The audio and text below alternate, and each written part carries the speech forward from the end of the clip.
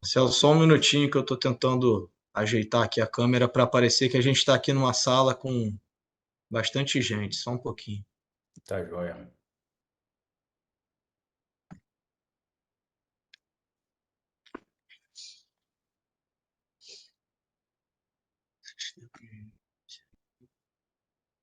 Registrar aqui a presença do pessoal do chat aqui, Esse aqui, né? pessoal do chat aqui deixando aqui os registros de onde está falando. Então, quem for chegando aqui na sessão pode deixar uma mensagem aqui no chat, deixando o nome e também da clínica aí onde está participando também. Isso é interessante, né? Ouvir, ler, né, esses lugares aí onde a Davita alcança, né? Libera a câmera aí. Não, aqui tá liberado. Vocês estão. Marcelo, você tá vendo a gente aí, não tá? Tô vendo vocês aí numa mesa Tá aí vendo todo mundo, né? com bastante Ah, gente legal. aí. Só fechar a porta.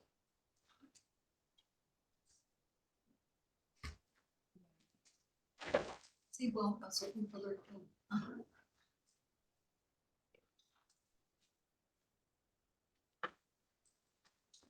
Ah, então agora ficou bom. Só.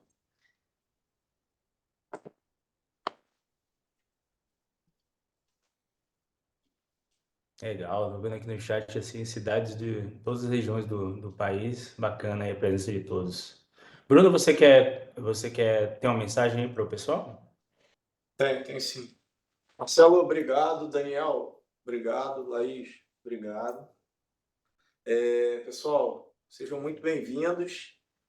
Eu queria só, aqui antes de começar a sessão, agradecer a presença de todos, dizer que é uma grande satisfação a gente estar começando o ano com uma sessão assim tão importante, com pessoas ilustres aqui convidadas, participantes ilustres e com uma equipe multidisciplinar.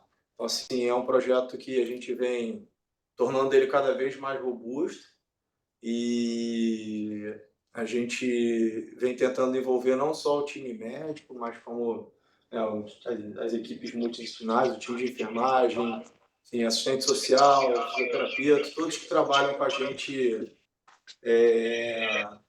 todos que trabalham com a gente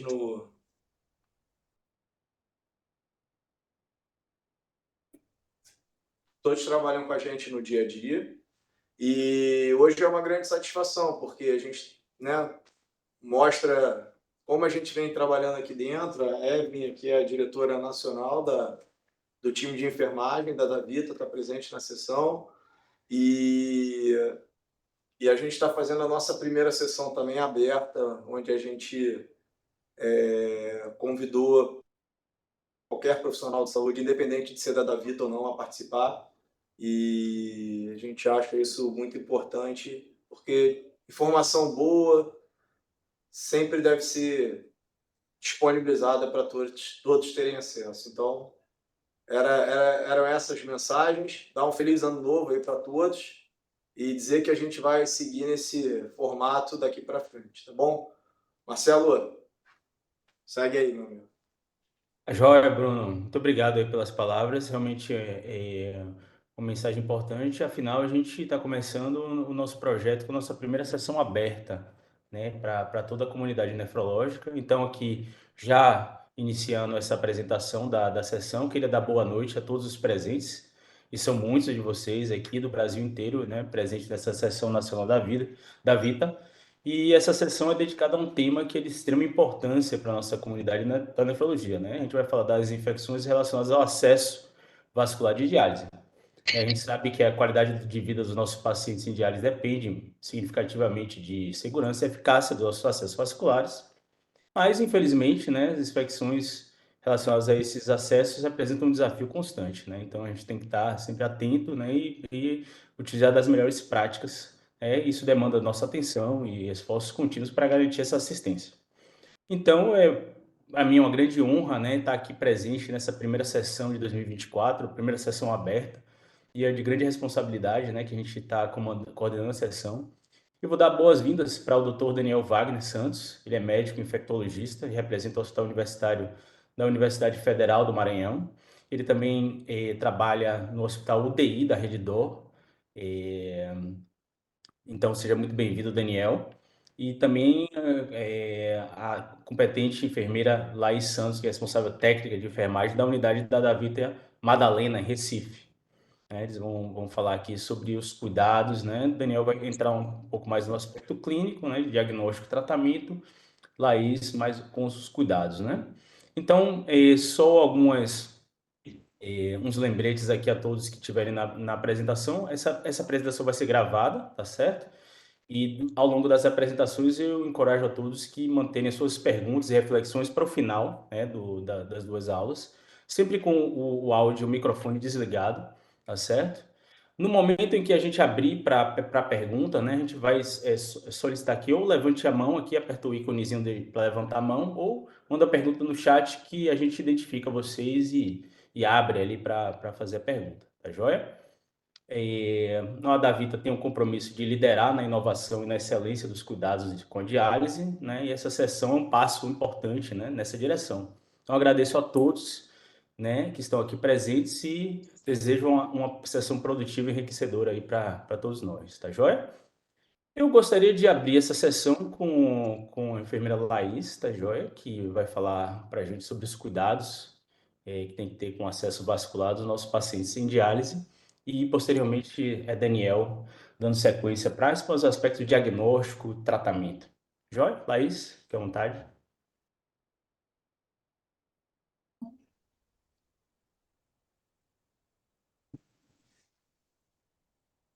Não. Foi. Foi. Boa noite. Começando então o nosso evento, né, trazendo a prevenção das infecções relacionadas ao acesso vascular dos pacientes em diálise. Então eu começo para o sucesso da terapia renal substitutiva e o bem-estar dos pacientes, da pessoa com doença renal, são fundamentais a confecção e a manutenção de um acesso vascular de qualidade, que garanta um fluxo adequado, tenha uma boa durabilidade e apresente um baixo nível de complicações. Os pacientes em diálise, eles que realizam diálise possuem um alto risco de infecção, devido ao efeito imunossupressor da doença renal crônica, as comorbidades associadas, uma alimentação inadequada e a necessidade da manutenção de um acesso vascular por longos períodos.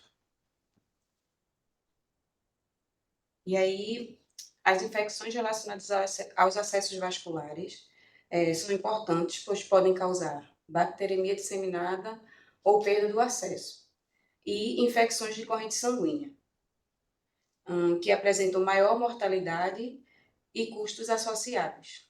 No entanto, podem ser evitadas e minimizadas se os cuidados com o acesso venoso forem corretamente realizados pelos profissionais de saúde e pelo próprio paciente.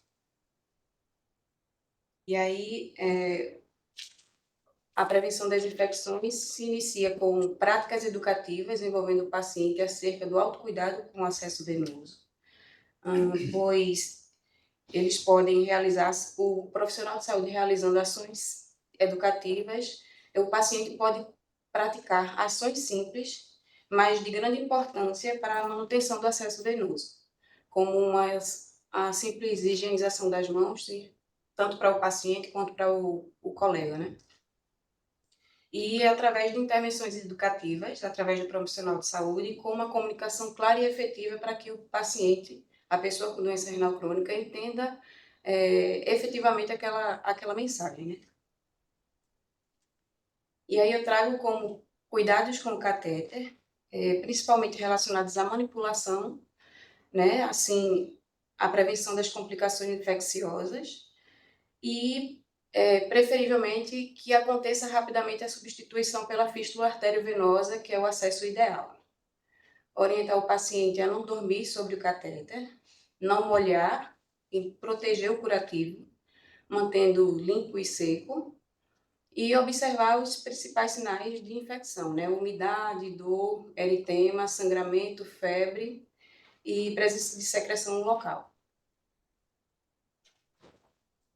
Nos cuidados com a FAV, eu trago que esse cuidado se inicia na etapa inicial, quando o paciente entra na sala de diálise, que seria com a higienização do membro da fístula. Não permitir que o paciente entenda e orientá-lo a não permitir a administração de medicamentos endovenosos, a aferição de pressão arterial e coleta de sangue no membro da fístula, assim como o uso de relógios, excesso de peso nesse braço, e assim como o rodízio dos locais de punção para evitar as complicações aneurismáticas, e observar os sinais de inflamação, eritema, dor, calor e edema, que é um cuidado que a enfermagem faz diariamente, né, antes de iniciar as punções da fístula, e aí a gente, identificando esses sinais de inflamação previamente, a gente consegue evitar uma complicação mais grave. E como novas tecnologias para prevenção de infecções, eu trago as tampas protetoras para dispositivos de pressão, que são tampas embebidas em álcool 70%, e os curativos embebidos com clorexidina, possuem um gel de clorexidina para também evitar infecções de hóstia, infecção do catéter. Obrigada.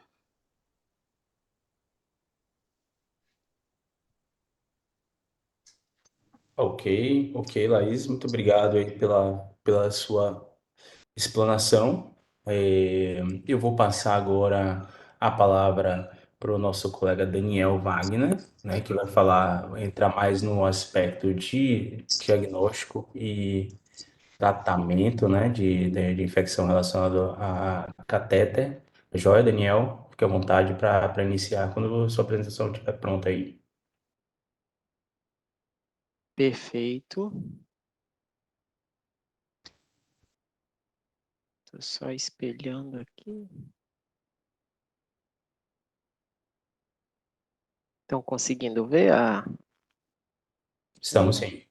Perfeito. Então, gente, muito obrigado. Boa noite a todos. Eu sou Daniel Wagner, como já apresentado, sou infectologista. Hoje eu moro em São Luís do Maranhão, mas eu trabalhei aí por 17 anos em São Paulo e minha vida era sempre com grande parte dela em contato com os nefrologistas. Então, eu trabalhava exclusivamente com diálise em um hospital, o Hospital do Rim, onde eu trabalhava com diálise e transplante. Falar de infecção em diálise não é um tema fácil, não é uma receita de bolo, como muitas vezes nós observamos em guidelines, e frequentemente nas nossas mãos nós temos um paciente com complicações, né? Basalmente ele já é um paciente complicado, e aquilo que chega à nossa mão não é o complicado basal, né, o básico, é um complicado bem complicado mesmo, e às vezes sem opções em relação não apenas tratamento, mas em relação ao manejo deste paciente, né? Então, se fosse simplesmente só tirar o catéter e dar antibiótico, estaria tudo resolvido, tá? Mas, de fato, eu acho que em cada paciente complicado nós vamos aprendendo, tanto os médicos, enfermeiros e toda a equipe ali que lida com o paciente. Então, eu trouxe aqui uma explanação, não é tão longa, mas eu vou trazer alguns pontos de desafios e a dimensão do problema que envolve o Brasil, tá? Bom, só o impacto da infecção na diálise, a gente vê aí uma mortalidade, são dados norte-americanos, é o mundo desenvolvido, 25%, nossos dados com certeza não são melhores, são piores. A apresentação vocês estão enxergando? Parece que Sumiu? deixou de compartilhar Deixa eu ver aqui. Oi? ainda. Perfeito. Oi, né? Uhum. Isso, são infecções com grande morbidade, né? Muitas vezes com embolizações e meningite, endocardites, às vezes osteomielites. Um custo elevado a depender da bactéria que causa a infecção, tá? E a gente não pode esquecer nunca da resistência bacteriana. Esse é o dado interessante norte-americano da USRDS, né, da sociedade, mostrando o percentual das causas de mortalidade em pacientes em hemodiálise que morreram aí em 2021. Vejam que sepsia aí representa por 9,9%, e a Covid-19 um pouquinho mais, aí de 12%, mas só o termo sepse em si já mostra aí quase 10% de mortalidade nesses pacientes, tá? Bom, os fatores de risco a Laís aí explanou, na verdade são inúmeros, que levam aos riscos para infecção em hemodiálise, já são pacientes com alteração imunológica, acessos vasculares difíceis, muitas vezes são diabéticos. O autocuidado do nosso paciente no Brasil, ele é muito precário, quer seja em clínica privada, quer seja especialmente no SUS, né? Então, são catéteres que não são bem cuidados e que infectam rapidamente, além de todos os outros fatores aí associados, hipertensão, doença cardiovascular com vasculopatia periférica, uso frequente de antimicrobianos, nossos pacientes dialíticos são diabéticos, têm infecção de pele, pé diabético, usam antibiótico com muita frequência, tá? Então, isso são pontos de muito risco para esses pacientes. E esse é um estudo interessante, só para falar de fator de risco nos pacientes com hemodiálise, publicado em 2015, é um caso controle, com 162 pacientes, mostrando aí uma mortalidade relacionada à infecção de 8,6%, mas vejam que na análise multivariada, na regressão logística, a gente tem aí o paciente que tem catéter vascular central e não faz a diálise quem faz por fístula tem um risco de infecção menor, quem faz por catéter tem um risco de infecção maior, e os pacientes que têm hospitalização prévia, que não são infrequentes nos dialíticos, né, também tem um risco maior. Então, paciente que faz diálise por fístula tem um risco muito menor de infecção quando comparado aos catéteres em si, tá? As infecções em diálise são basicamente as da hemodiálise, que é a infecção de corrente sanguínea.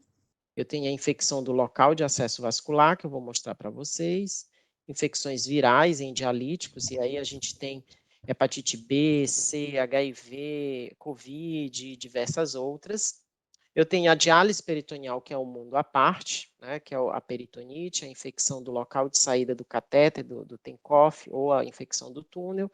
E os nossos pacientes têm inúmeras outras infecções que não estão associadas à diálise, como as pneumonias, pele partes moles, e quem tem diurese residual também faz ITU. Aqui eu trago as duas definições das infecções em pacientes hemodialíticos. Tá? Então, eu tenho aqui o primeiro grau, que é a infecção, esses termos eu uso independente de guideline internacional ou brasileiro, são termos utilizados pelos controles de infecção e são termos que nós reportamos para a Anvisa, né, como infecção mensalmente.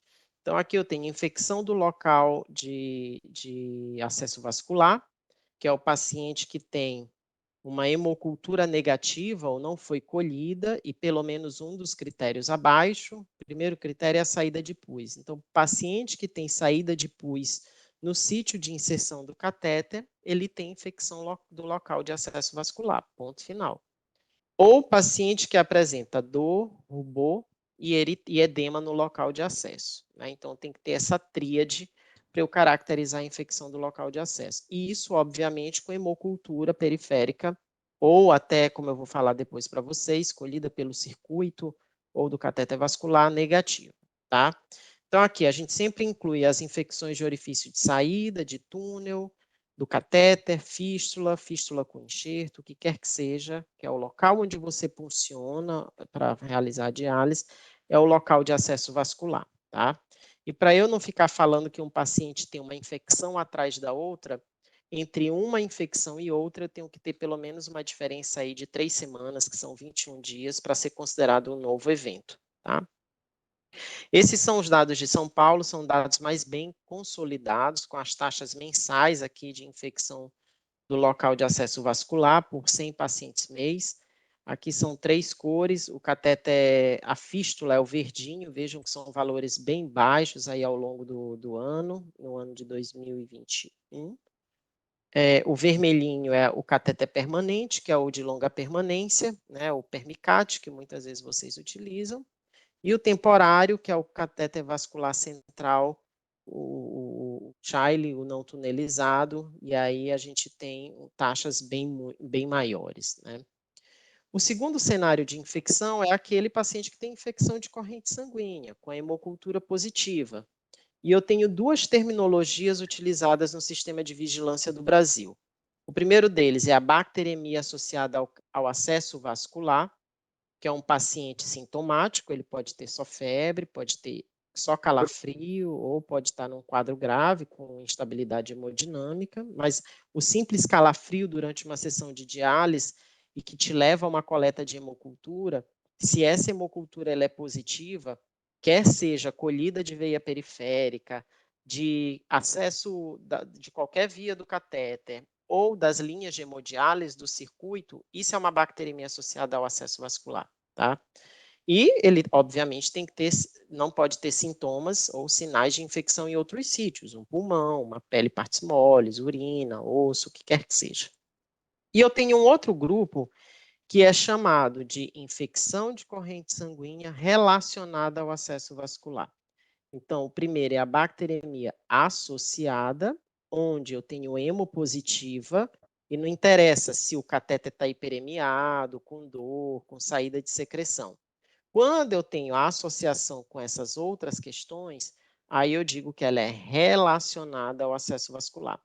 Esses termos, eles eram até adotados, foram extintos por algumas questões epidemiológicas no controle de infecção, mas quando a gente volta para o cenário de diálise, nós temos ainda essas duas categorias que precisam ser reportadas para cada secretaria estadual e para a Anvisa, tá? Então, bacteremia associada ao acesso e infecção de corrente sanguínea relacionada ao acesso. Ambas são hemoculturas positivas, independente de ter ou não hiperemia no local do catéter. Esse é o dado de São Paulo, são taxas mensais aí, das relacionadas ao acesso vascular por 100 pacientes mês. Vejam que, mais uma vez, pelo tipo de acesso, a fístula praticamente nula, seguido pelo catéter de longa permanência, que é o tunelizado, o permicate, e o azulzinho são os temporários, que é para diálise muitas vezes de aguda. Então, o catéter temporário é aquele que tem o maior risco, né? E esse aqui é um outro gráfico com as taxas mensais de bacteremia, né, associado ao acesso vascular, independente de ter hiperemia, saída de secreção, vejam que são valores um pouco maiores, mas obedecendo sempre aquela mesma ideia, fístula, índices muito baixos de infecção, seguidos pelo permicate, depois pelo catéter de diálise de curta permanência. Então, esse é o dado de São Paulo, aí do ano de 2021, infecção local do acesso vascular, foram quase 4.000 notificações, infecção associada ao acesso vascular com a hiperemia e saída de pus, 2.600, e as bacteremias, que são as hemoculturas positivas com calafrio ou febre, são quase 5.500 aí ao longo do ano. Então, são valores bem expressivos e que merecem uma análise detalhada por cada estado para avaliar o seu risco. E dentro dos patógenos isolados, aqui vejam os gram-positivos, Staphylococcus aureus com 22%, o coagulase negativo, representado aqui especialmente por epidermides, por quase 20%, só essa soma aqui dá 40%, né, 41% desses 2 gram-positivos. O restante está estratificado aí, está estratificado entre gram-negativos, algumas infecções fúngicas e outros gram-positivos como enterococos. Eu acho que eu habilitei algo aqui para anotar que eu não... Muito bem. Deixa eu ver aqui.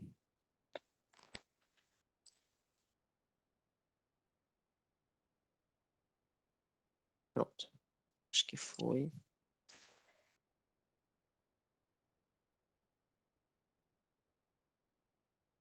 Só um instantinho, gente. Eu vou só parar aqui e compartilhar de novo, porque alguém pediu para eu liberar alguma coisa, eu liberei e agora eu não consigo voltar. Um instante. Pessoal, aproveitando, pedir para Oi. deixar o microfone no mudo, viu? Todos da plateia, por gentileza. Perfeito. Aqui a gente tem um mapa desse ao longo de 2014 a 2021. Vejam que o áureus ele vem caindo. O coagulase negativo ele até sobe, isso não preocupa tanto, porque ele tem baixa virulência, mas os gram-negativos aqui, eles vêm subindo e causando grande preocupação. Então, tratar a infecção na diálise, que nosso grande medo é um áureus, um MRSA, né? Hoje a gente está lidando com os gram-negativos resistentes à carbapenense e com poucas opções terapêuticas para serem feitas nas clínicas de diálise, tá? Então, só para repassar aqui questões relacionadas também a diagnóstico e tratamento, eu uso como base alguns guidelines. Esse daqui eu baixei porque ele foi bem interessante, é um guideline da Sociedade de Angiologia e Cirurgia Vascular de 2023, ele é brasileiro, então fica aí para vocês depois terem acesso. Tem alguns guidelines antigos da nefrologia, mas que tem uma leitura muito agradável, né, com perguntas e respostas. Então, vejam aí da NDT, do Jornal de Acesso Vascular, o nosso guideline do CDC norte-americano e alguns outros com base europeia, como o do NHS, que é o britânico. Então, todos eles eu tento fazer uma mistura, mas eles convergem praticamente com a mesma resposta, isso depende da realidade do país, né? Então, aqui, só para a gente relembrar alguns pontos, a cultura do catéter venoso, da ponta do catéter, né? Só lembrando, isso é muito, muito importante, que é para não enviar ponta de catéter sem sinal de infecção, de jeito nenhum, né? E que isso hoje tem uma importância epidemiológica para nós avaliarmos patógenos. Se vocês lembrarem lá dos meus critérios de definição de infecção do local de acesso vascular, eu não peço a cultura. Eu preciso saber se tem saída de pus, isso já é um critério suficiente, ou eu preciso saber se tem dor, edema e hiperemia no local da inserção do catéter. Então, isso é um outro critério, né? A avaliação do patógeno da ponta do catéter ela é puramente epidemiológica. E tem um trabalho relativamente antigo, onde ele analisou 312 pacientes com cultura de catéter positiva e hemonegativa, ou seja, não é infecção de corrente sanguínea, a princípio, né? Destes pacientes, só 2,6% desenvolveram infecção de corrente sanguínea posteriormente com o mesmo patógeno, né, daquele que foi cultivado na ponta.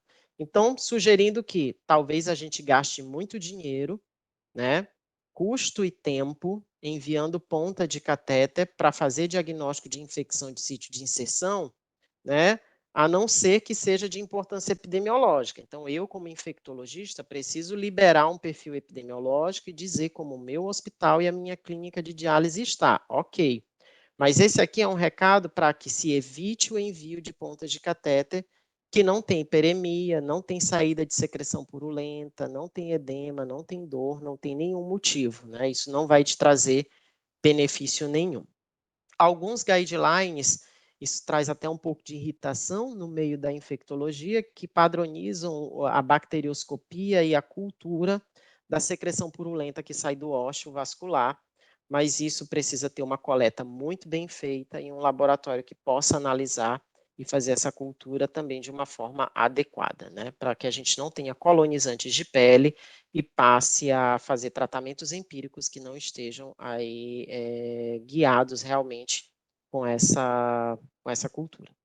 Então, a gente tem que lembrar que as abordagens laboratoriais preferidas são a técnica de enrolagem em placa, né? Aquele catéter que você tira só 5 centímetros, não adianta mandar 10 centímetros, o catéter inteiro ou um pedaço muito pequeno. Existem laboratórios que não aceitam a ponta do catéter, que não seja de 5 centímetros, tá? Ele faz uma rolagem em placa semi-quantitativa e diz se tem mais que 15 ou menos que 15 unidades formadoras de colônia. Tá? Em geral, a relevância terapêutica das culturas de ponta de catéter, de paciente sintomático com corrente sanguínea positiva, que é a febre, a bacteremia, ela é baixa quando as hemoculturas são coletadas adequadamente, né? Isso aqui é só importante porque os nefros eles têm que estar cientes dos métodos utilizados nos laboratórios que prestam serviços para suas clínicas de diálise, tá? Então, assim, a infecção do local de acesso vascular tem o diagnóstico clínico, a cultura da ponta do catéter ela é de importância epidemiológica e o tratamento, quando é exclusivamente do local de acesso vascular, pode ser feita com substâncias locais, como a mupirocina, para o Staphylococcus aureus. Se não houver resolução ou se mantivesse drenagem de secreção purulenta, precisamos associar antibiótico sistêmico, e se esse antibiótico sistêmico não resolver, remover o catéter, né? Já a infecção do túnel, tá? Que é a tunelite, obrigatoriamente eu tenho que fazer antibiótico sistêmico, remover o catéter e fazer esse antibiótico por 7 a 10 dias, tá? Então, infecção de túnel, eu não consigo salvar catéter, tá? Quando que eu vou salvar catéter em infecção de túnel? Quando eu não tenho opção do que fazer com aquele paciente. Tá? Então, eu não vou mentir para vocês que existem pacientes sem acessos vasculares. Vamos supor, ele tem um transhepático, ou tem um outro, está trombosado em todos os seus grandes vasos, eu não consigo passar catéter, e nesses casos eu tenho que fazer um milagre. Né? Então, eu preciso ser um pouco mais permissivo nessas situações, mas sabendo que a minha chance de falha terapêutica ela é relativamente grande e que eu vou ter que tomar alguma atitude posteriormente, e estar ciente também que a sobrevida desse paciente ela é baixa, tá? Em algum momento ele vai morrer com sepsis. Outros pontos, aí vem a questão da infecção da primária de corrente sanguínea, né, que é aquele indivíduo que tem hemocultura positiva. Então, eu tenho alguns guidelines, aqui eu trouxe o da IDSA, que é o norte-americano, onde ele preza pela hemocultura periférica, mais uma hemo de catéter, ou 2 hemoculturas de catéter, né, quando você não consegue colher a via periférica. Idealmente, as hemoculturas elas precisariam ser quantitativas, mas no Brasil nós não temos essa metodologia na rotina, tá?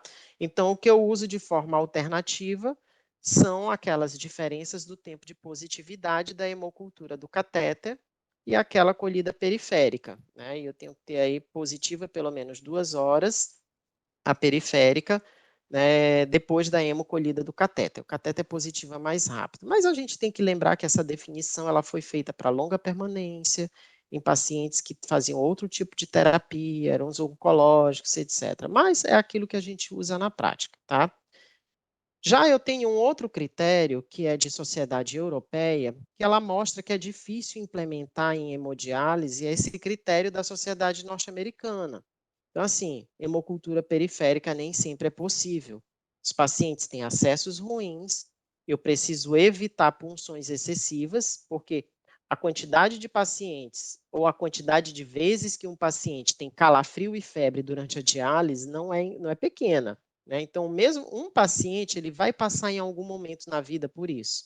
E se você todas as vezes for fazer punção periférica neste cliente, ele perde acesso periférico, ele perde a possibilidade de fazer fístula num braço. Então, assim, a sociedade europeia ela é mais permissiva.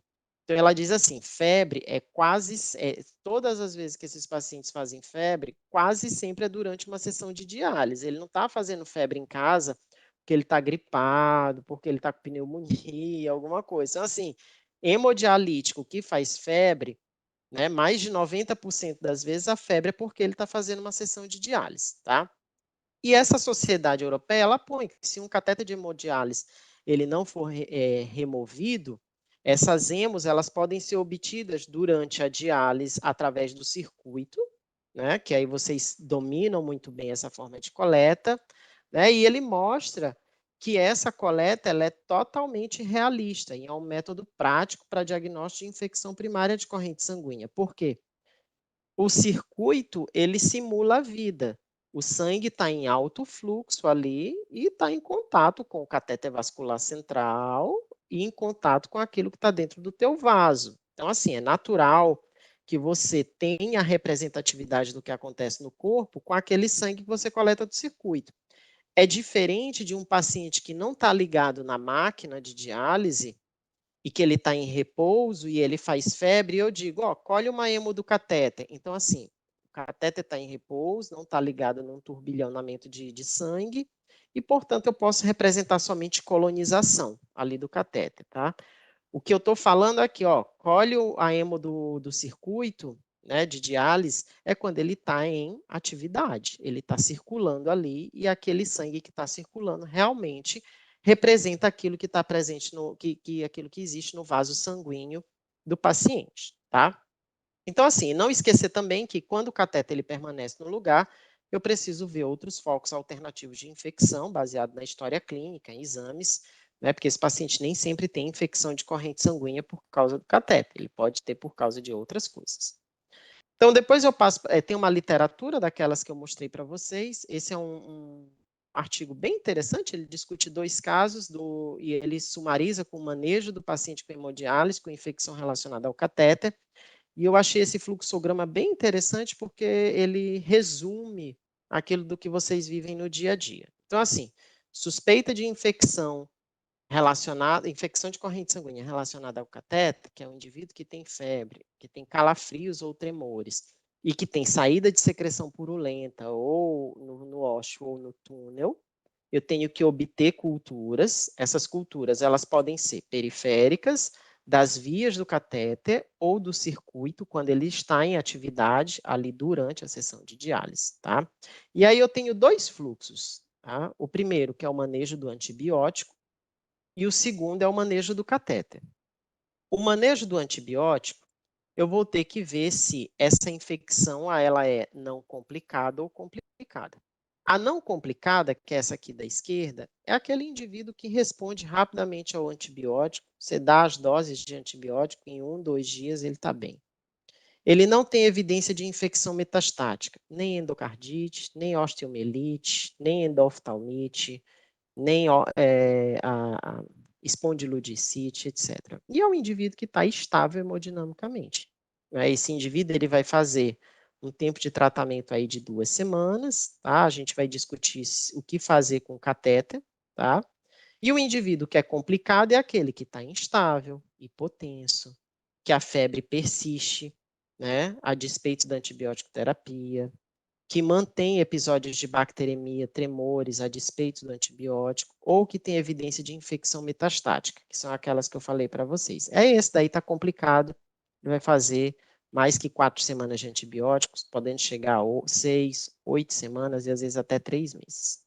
Em relação ao catéter, eu preciso primeiro classificar lá em complicada e não complicada, que eu vou definir o que fazer com o catéter. Eu mantenho o catéter, eu removo o catéter, ou eu troco o catéter. Quando eu mantenho o catéter? Quando a apresentação da infecção ela é consistente com infecção não complicada. Ele melhorou rápido, está estável hemodinamicamente, não tem evidência de infecção metastática. Óbvio que um passo à frente, lá nos próximos slides, eu vou dizer para vocês qual é o patógeno que eu não sou permissivo, né? Um áureus e uma cândida não tem como manter o catéter. Quando eu removo o catéter de cara, isso aqui é a conduta de momento, assim, de pronto, tá? Independente da hemocultura já ter positivado ou não. Então, o que fazer? O paciente não está chocado, né? Está estável hemodinamicamente, não tem evidência, está estável, tá bom, pode manter o catéter, colher as hemoculturas, vamos esperar os resultados. O paciente está em sepse, né, grave, instável, tem evidência de tunelite, né? Febre persistente, 2, 3 dias a despeito do antibiótico, e, posteriormente, tem os patógenos como áureos, fungo como a cândida, ou um gram-negativo multidroga resistente, tem que remover o catéter. E a troca do catéter, né, que são aqueles indivíduos que têm infecções complicadas, mas têm limitação de acesso vascular. Né? Para eu trocar o catéter, ou com fio guia, que é o pavor do infectologista, né? Ou fazendo um novo túnel, e eu prefiro que alguém faça um novo túnel, não seguindo aquele sítio de infecção, eu preciso deixar o paciente um pouco mais estável. Então, espera ele ficar 48, 72 horas afebril, estabilizar um pouco a hemodinâmica dele, tá? E aí a gente consegue fazer essa troca de catéter.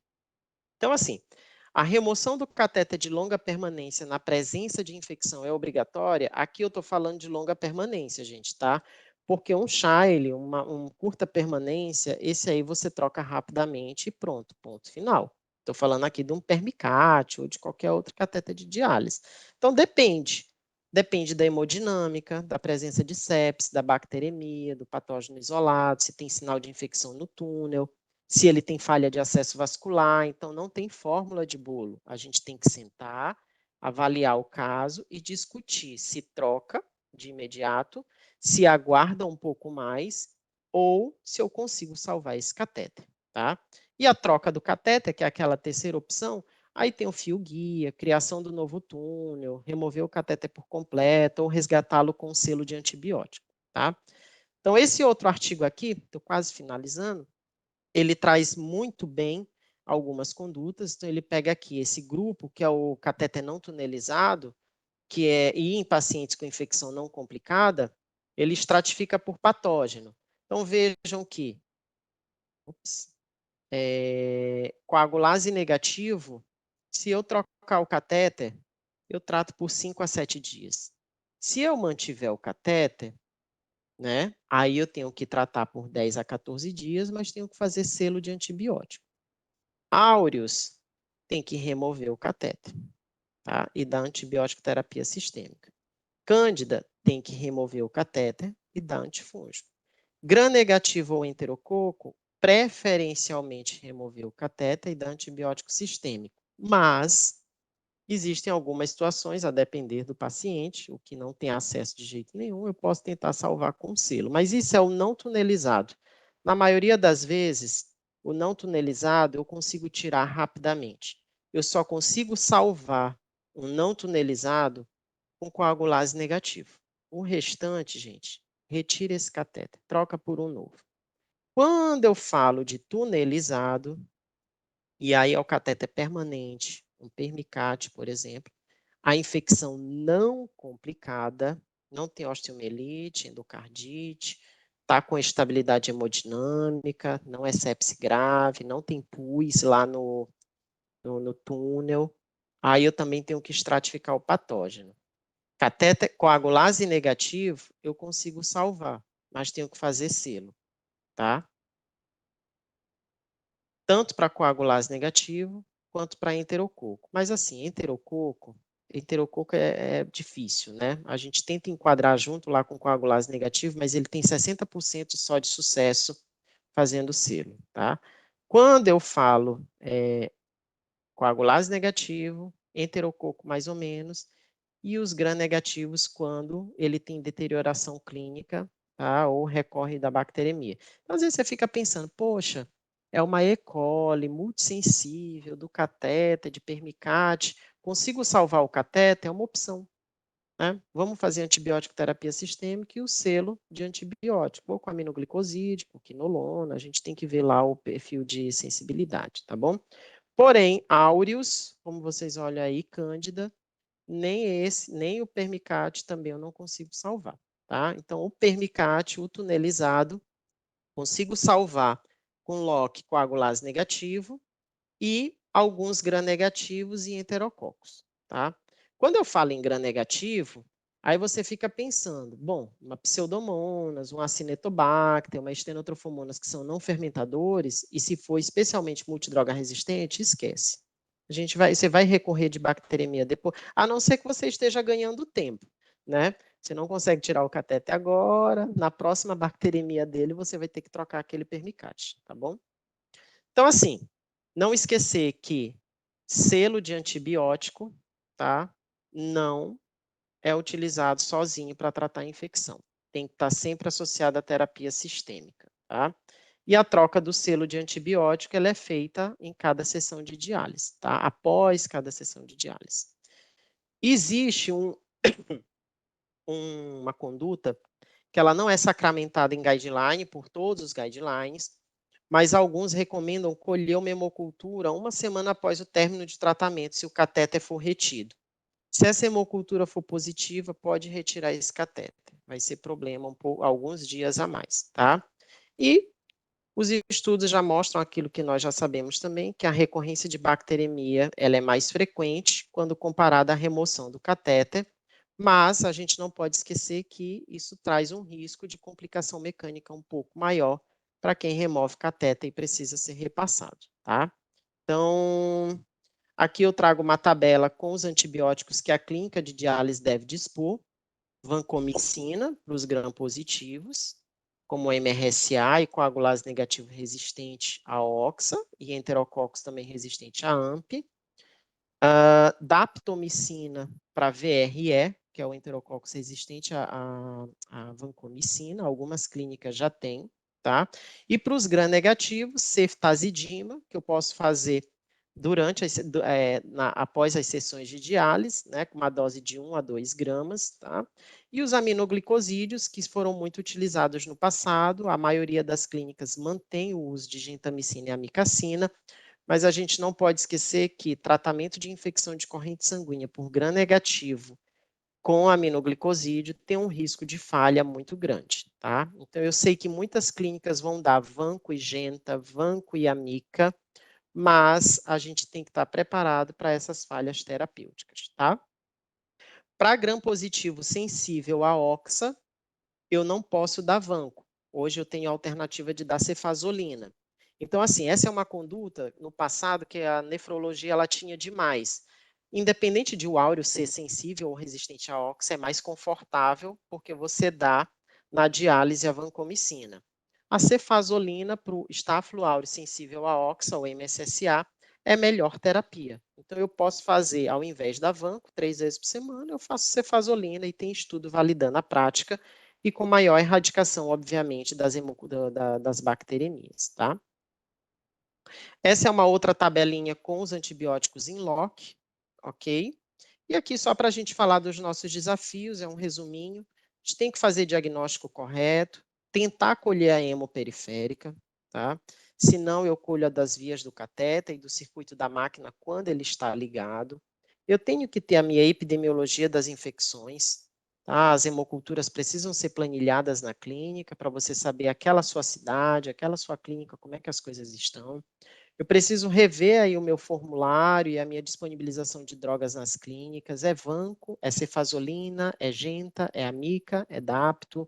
Aquilo que eu não consigo manejar na clínica, o paciente precisa internar.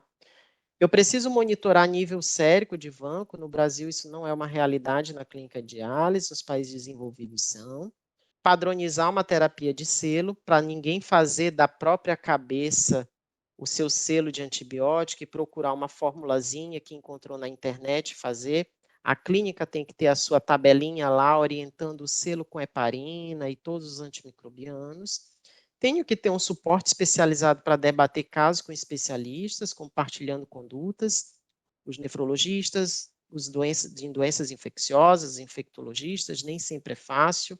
Aí a gente precisa ter uma rede de apoio para caso complicado, né? Aquele paciente que eu não consigo resolver, eu preciso regular ou para o SUS, para a clínica de diálise que é do SUS, e aquele que é privado, para um hospital privado que vai conseguir salvar o nosso paciente e não colocá-lo somente com antibiótico e largar, né? Que uma hora aquele paciente vai ter uma sobrevida menor e, infelizmente, ele vai para um desfecho que não é o que nós queremos, que é o óbito, né? Então, precisa ter uma rede de apoio aí de hospitais confiáveis e que obedeçam condutas corretas, tá bom? Bom, era isso que eu tinha para falar, gente. Muito obrigada aí pela atenção de vocês. Sei que eu passei um pouquinho do tempo, mas eu acho que eu fico à disposição aí para a gente discutir. Ótimo, Daniel. Muito obrigado pela sua excelente explanação. Acho que ficaram várias mensagens assim que a gente vai trazer para a nossa prática. Algumas coisas que talvez sejam novidades, mas assim, o que me impressionou muito assim na sua aula é você trazer dados, né? Assim, você fez essa revisão de literatura e mostrou o impacto, né, do acesso vascular do paciente em relação à taxa de infecções. Isso me impressionou bastante, né? Você mostrou aquela análise que comparou, né? Você ter uma fístula versus você ter um catéter, né? A chance de desfecho adverso 10 vezes maior, né? Para quem tem catéter. Então, você vê que, né? Se você olhar, né? Eu acho que a sua aula e da Laís mostram para a gente o seguinte: a gente precisa de um bom acesso vascular e aí realmente priorizar. Para mim o que como você previne infecção de catéter é justamente dando um melhor acesso vascular para o paciente, que é uma fístula. No momento Exato. em que isso não é possível, né, você ter os cuidados, aquilo que a Laís falou na aula dela. Então, ter esses cuidados aí e com o dia a dia. Então, porque o impacto disso é muito, né, muito alto, né, assim, em termos de desfecho adverso, né? Então, eu acho que essas duas aulas, assim, elas se complementaram muito bem. Eu acho que trouxeram muitas informações que são úteis para a nossa prática, né? Gente, tem muita... Marcelo, muita gente Marcelo, aqui. Eu estou ouvindo alguém que fazendo uma pergunta. Doutor Rogério, por favor. desculpa, eu tô com a câmera aqui fechada porque eu tô fora. Ah, assim, parabéns pela aula. É uma aula bastante ilustrativa e uma revisão muito boa. Assim, a minha visão como nefrologista, tá? Hoje a gente tem uma miríade de pacientes e hoje a gente trabalha com medicina de precisão e uma medicina personalizada. Aquele conceito, quando você pega um guideline e discute, quando você pega a diretriz e discute, ela não trata do indivíduo, ela trata de um conjunto de pessoas e opiniões de especialistas e muitas dessas recomendações elas não foram baseadas em grandes estudos randomizados, em grandes trials, então são opiniões. E quando você está na beira do leito tomando decisões é um pouco mais complicado, porque você trata do indivíduo ali, você está tratando de indivíduo. Basicamente, quando eu estou cuidando de um paciente que está na lista de transplante 3 meses, 2 meses, e tem um doador vivo pronto e fatalmente eu não consigo segurar, ele vai entrar em diálise e fatalmente eu não faço uma fístula. Fatalmente eu passo um cateto de longa permanência e submeto ele a um cuidado de um bando de prevenção de corrente sanguínea relacionada a cateto. Fato. Isso e assim, não há evidência científica que me convença de que esse paciente vai ter um desfecho melhor se fizer uma fístula intravenosa. E hoje, todos nós sabemos que é melhor o paciente ir para a diálise com FAV, mas convencer um paciente a fazer uma FAV, tendo um doador, é muito complicado. E convencer um paciente em idade produtiva que seja aderente a fazer uma fístula intravenosa é complicado. Por alguns motivos. Primeiro, porque uma cirurgia que eles acham deformadora e eles têm um pouco de razão nisso. Segundo, os resultados que a gente tem de fístula intravenosa no Brasil, mesmo em São Paulo, mesmo com os melhores centros, não são resultados assim fantásticos, assim. Dificilmente a primeira FAV é a FAV que vai durar muito tempo para esse paciente, e é por isso que na literatura americana eles utilizam mais próteses do que FAV nativa. Esse é um ponto importantíssimo. Então, assim, o que eu quero dizer é que sempre essa decisão é sempre um pouco mais complexa beira-leito e beira-diálise do que a gente propriamente fala. Pô, tem que fazer primeiro a FAV, porque é o acesso ideal, e o paciente tem que entrar na diálise já com a FAV. Ok. Pode ser que sim, mas beira-leito é bem mais complicado convencer o paciente, e no consultório é bem mais complicado convencer o paciente do que realmente é. E convencer em argumentação de evidência, porque hoje o paciente chega no seu consultório com algum nível de entendimento e ele questiona nível de evidência já. Essa é a realidade atual.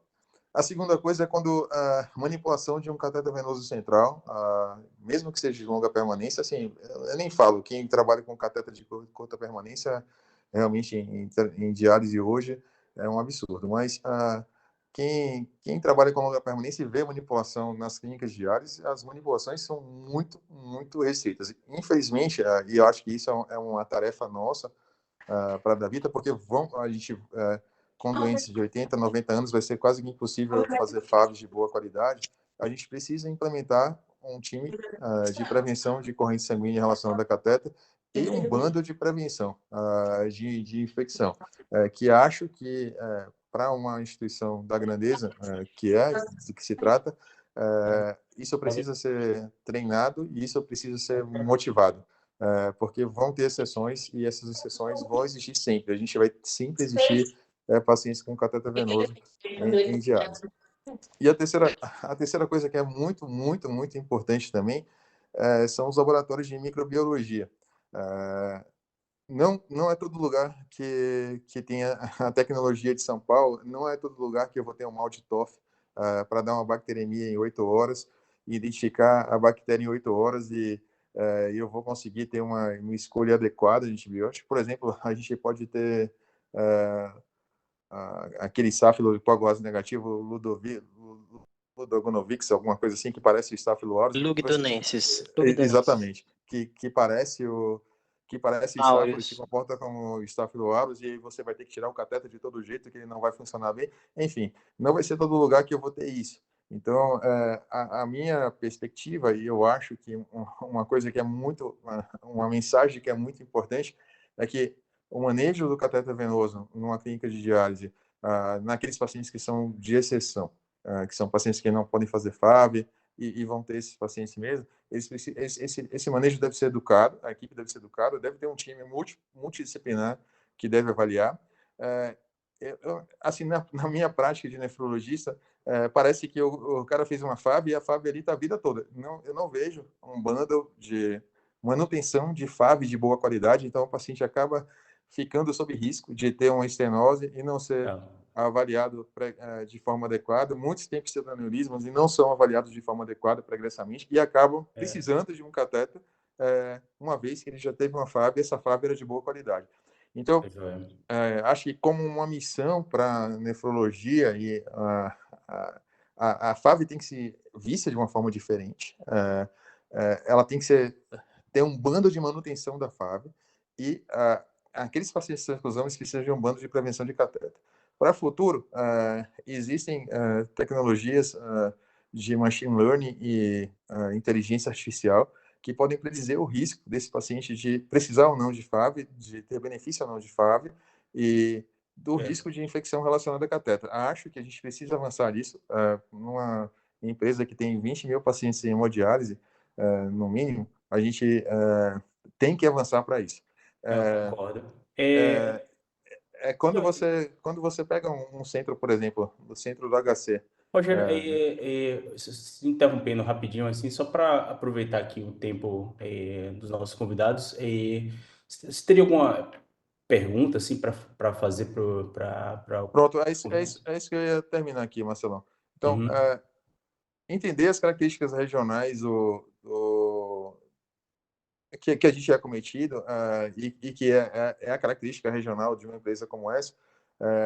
Qual é a opinião de vocês de como respeitar essas limitações e entender diversidades regionais? Porque dificilmente eu vou ter laboratórios que me deem que seja o Staphylococcus aureus em pouco tempo, entende?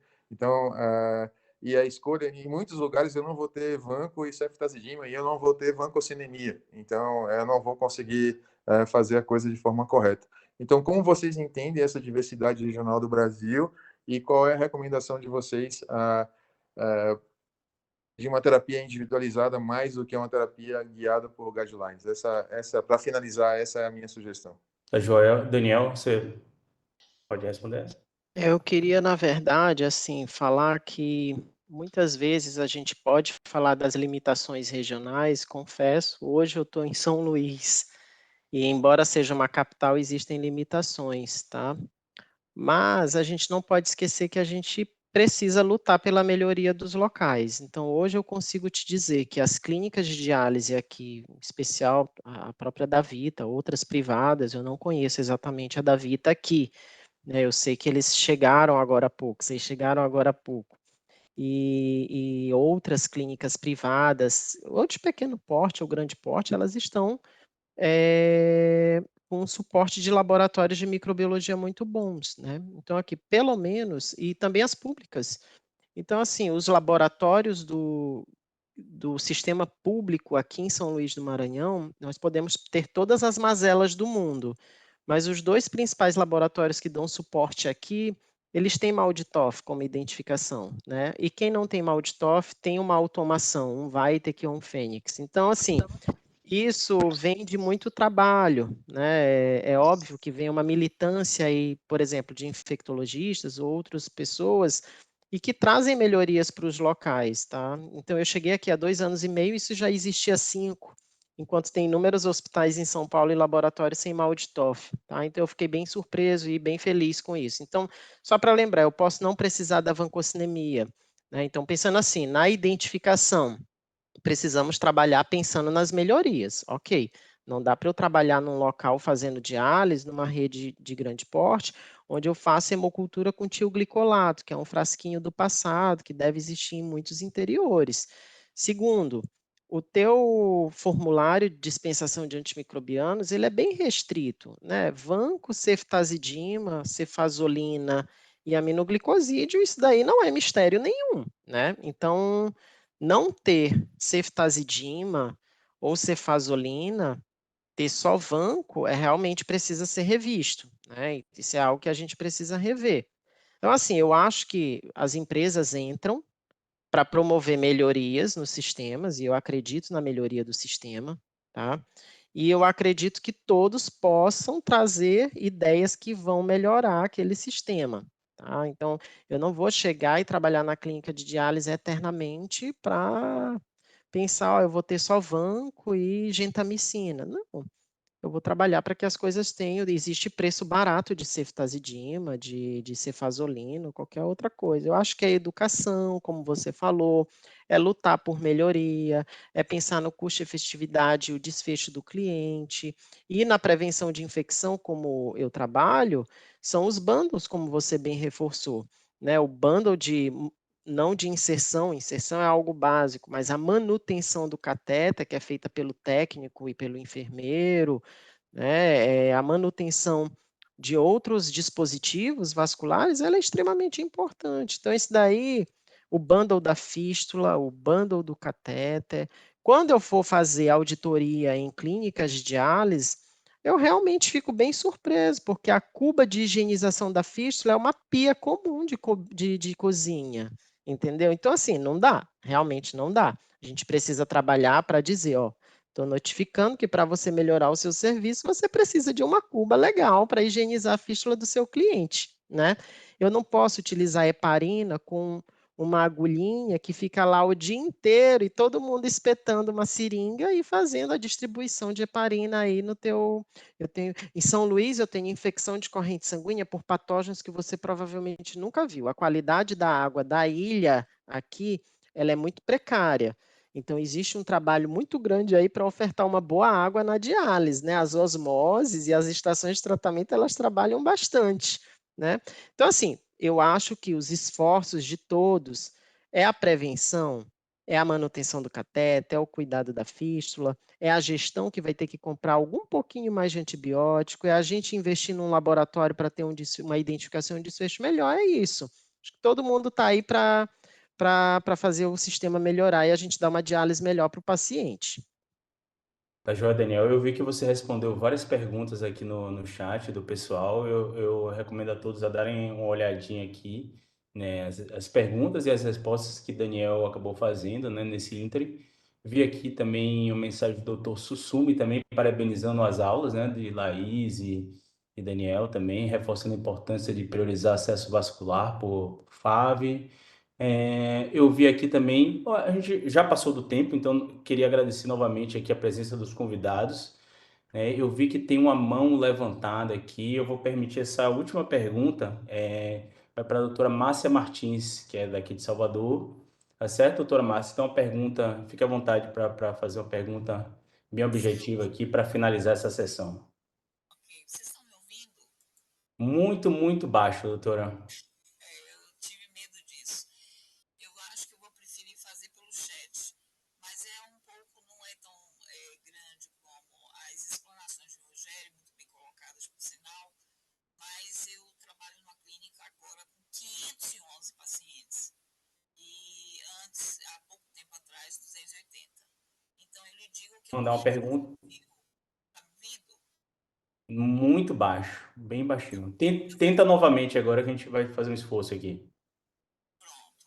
Eu estou trabalhando agora numa clínica que é uma das maiores, eu acredito, do Nordeste.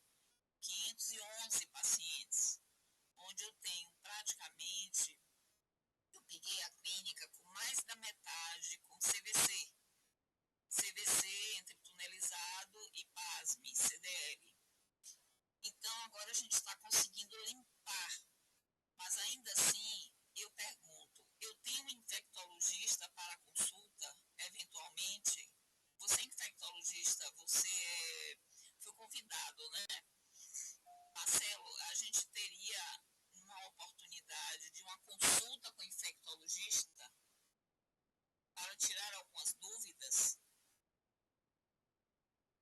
Isso é com a Davita.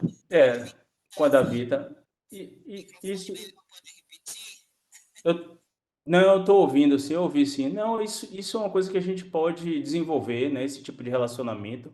Eu acho que é importante, assim como das hepatites, a gente falou também em ter um serviço de referência também, entendeu? Então, eu acho que é um caminho que a gente pode trabalhar. Gente, a gente acabou ficando aqui sem tempo. Eu queria novamente agradecer a todos vocês, né, que vieram aqui para essa sessão, né? E foi um número bastante expressivo de nefrologistas e profissionais, né, da equipe multidisciplinar, né, destacando aqui o pessoal da enfermagem, muito bem representada por Laís, tá certo? E eu estou vendo vários outros profissionais, então agradeço muito a presença de vocês. Daniel, também agradeço muito pela sua excelente explanação também. Eu acho que deixou várias pérolas aí que a gente pode aproveitar. Com certeza, o pessoal vai pedir para que você compartilhe essa aula com a gente. Então, se você puder nos Sem ceder, né, problemas. esses slides, a gente agradece. Eu posso compartilhar com todos os Claro. colegas. Então, espero vocês na próxima sessão, que vai ser em fevereiro. Eu vou passar, a gente vai fazer o card certinho, mas a gente já tem um tema dessa sessão que vai ser uma comparação de hemodiálise versus HDF, e a gente vai contar com a presença de Dr. Roberto Pecoá Filho. Acho que boa parte de vocês aqui conhece, então deve ser como foi essa aqui, assim, uma sessão enriquecedora, tá joia? Obrigado a todos, tá joia? E até a próxima. Boa noite, gente. Obrigado. Boa noite. A gente que agradece.